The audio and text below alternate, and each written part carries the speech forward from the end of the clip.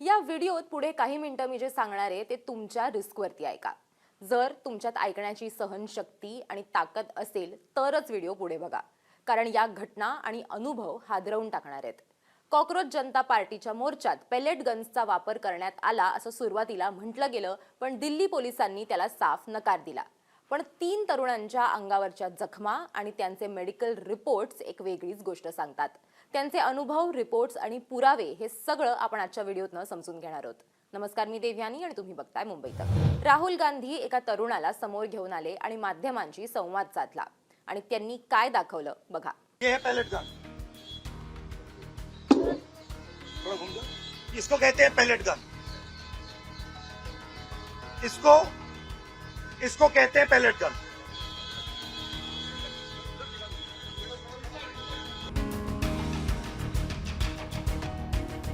The हिंदूच्या वृत्तानुसार 20 जुलैच्या मार्च दरम्यान पेलेटच्या जखमा झालेल्या 19 वर्षाच्या सीजेपी म्हणजेच कॉकरोच जनता पार्टीच्या आंदोलनकर्त्याच्या उजव्या डोळ्याची दृष्टी जाण्याची शक्यता आहे.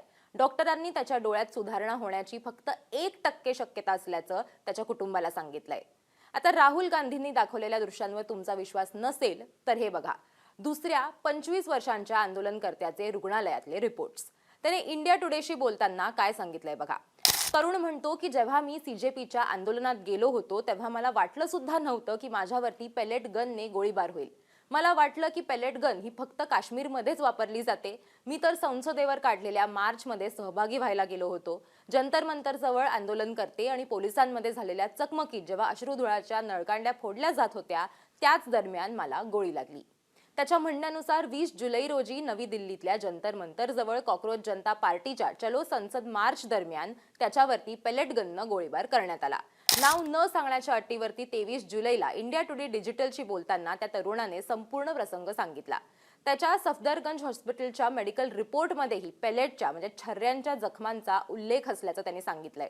मी आंदोलनाच्या ठिकाणी इकडे तिकडे फिरत होतो जिथे वेगवेगळ्या जागांवरती लोक जमलेले होते. जंतर मंतर जवळ एका गटाची पोलिसांची चकमक सुरू होती. लोक दगडफेक करत होते आणि पोलीस गर्दीवरती अश्रुधुराच्या नळकांड्या फोडत होते असं 25 वर्षांच्या या बाधित आंदोलनकर्त्यांना इंडिया टुडे डिजिटलला सांगितलं.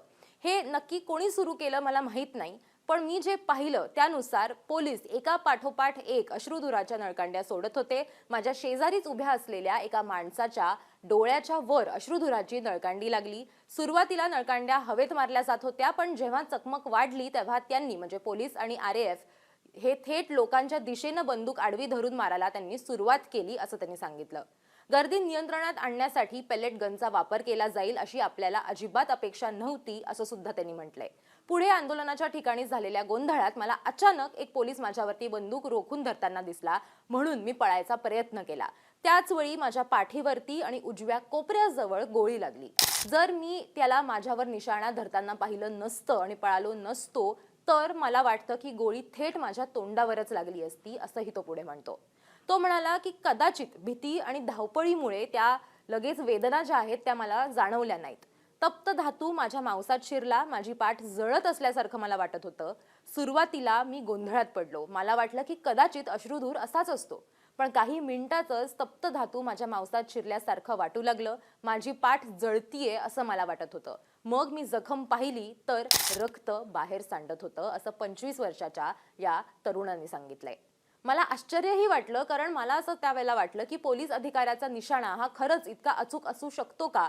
माझ्या आसपासचे इतर अनेक लोकही जखमी झाले होते आणि तिथे इतका गोंधळ होता की नक्की काय घडतंय हे समजायला मला 10 ते 15 मिनिटं लागली असंही तो म्हणाला. आपल्याला गोळी लागल्याचं लक्षात आल्यानंतर तो स्वतः सफदरजंग हॉस्पिटलमध्ये गेला. तिथे त्याच्यावरती या जखमांवर उपचार करण्यात आले. त्याने पुढे असं सांगितलं की त्याच्या हॉस्पिटलच्या रिपोर्टमध्येही पेलेटच्या जखमेचा उल्लेख आहे. त्याचे फोटोही आम्ही या व्हिडिओमध्ये जोडतोय. तिथे रॅपिड ॲक्शन फोर्स आणि दिल्ली पोलीस यांच्यासह वेगवेगळी दलं होती. सगळं इतक्या घाईघाईत घडलं की माझ्यावरती गोळी झाडणाऱ्या व्यक्तीचा नेमका युनिफॉर्म कसा होता ते मला आता आठवत नाहीये असं तो म्हणाला. या आंदोलनकर्त्याला डिस्चार्ज मिळण्यापूर्वी सफदरजंग हॉस्पिटलमध्ये 1 दिवस त्याला ठेवलेलं होतं. सध्या तो त्याच्या घरीच आराम करतोय आणि त्याच्या शरीरातील सगळे पेलेट्स म्हणजे जे छर्रे होते ते आता काढण्यात आलेले आहेत. पण सगळेच या तरुणा इतके नशीबवान नसतात असं म्हणायला हवं. द इंडियन एक्सप्रेसने दिलेल्या वृत्तानुसार एका तरुणाच्या मानेतील रक्तवाहिनीच्या अगदी जवळ एक पेलेट अडकून आहे. द इंडियन एक्सप्रेसने गुरुग्राममध्ये काम करणाऱ्या इर्शद शेख या 25 वर्षाच्या MBA पदवीधराची केसही प्रसिद्ध केलेली आहे. त्यांनी आपल्याला अनेक पेलेट्स लागल्याचं याच्यामध्ये सांगितलेलं आहे. जखमी झाला आणि त्याला लेडी हार्डिंग हॉस्पिटलमध्ये दाखल करण्यात आलं होतं. अहवालानुसार डॉक्टरांनी त्याच्या चेहऱ्यावरून आणि शरीराच्या वरच्या भागातून अनेक पेलेट्स काढलेत, पण एक पेलेट ही अजूनही त्याच्या मानेतील एका मुख्य रक्तवाहिनीजवळ अडकलेली आहे.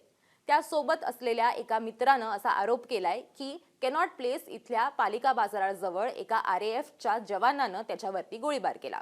हे सगळे लोक 20 जुलै रोजी नवी दिल्लीत जंतर मंतर ते संसद असा काढलेल्या मार्चमध्ये सहभागी झाले होते. या आंदोलनादरम्यान गर्दीवर नियंत्रण मिळवण्यासाठी दिल्ली पोलीस आणि रॅपिड ॲक्शन फोर्स जवानांनी अतोनात बळाचा वापर केल्याचा आरोप या सगळ्यांनी केलाय. बुधवारी दिल्ली उच्च न्यायालयानं दिल्ली पोलिसांना त्या दिवसाचे सर्व व्हिडिओ पुरावे सुरक्षित ठेवण्याचे आदेश दिलेत. आता या सगळ्यावरती पोलिसांनी काय म्हटलंय बघा. दिल्ली पोलिसांनी चलो संसद मार्च दरम्यान पेलेट गन वापरल्याचे सर्व आरोप फेटाळून लावले. एक्सवर पोस्ट केलेल्या निवेदनात दिल्ली पोलिसांनी काय म्हटलंय बघा. Fact check. दिल्ली पोलीस दलानं काल शांततापूर्ण आंदोलनकर्त्यांवरती पेलेट गनचा वापर केल्याचे दावे पूर्णपणे खोटे आणि दिशाभूल करणारे आहेत.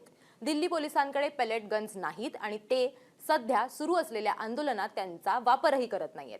जनतेला विनंती आहे की त्यांनी कोणतीही पडताळणी न केलेली किंवा दिशाभूल करणारी माहिती शेअर किंवा फॉरवर्ड करू नये.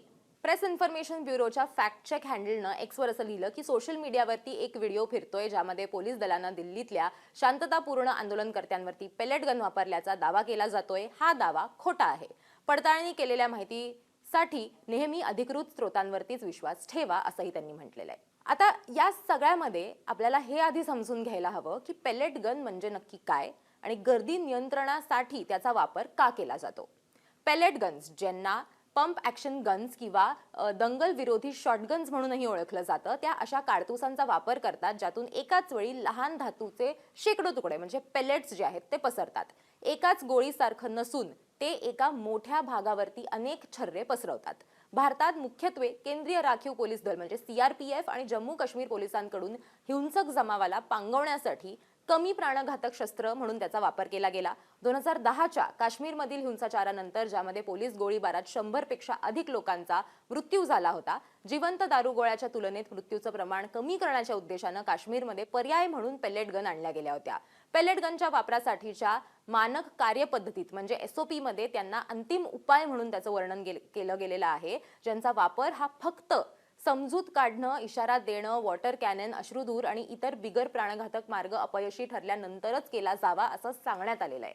या मार्गदर्शक तत्वांमध्ये दुरून गोळीबार करणं, कमरेच्या खाली निशाणा धरणं आणि नंतरच्या आवृत्त्यांमध्येच म्हणजे अधिकांश छर्रे खाली फेकून देण्यासाठी डिफ्लेक्टर्स वापरण्याचे निर्देश दिलेत.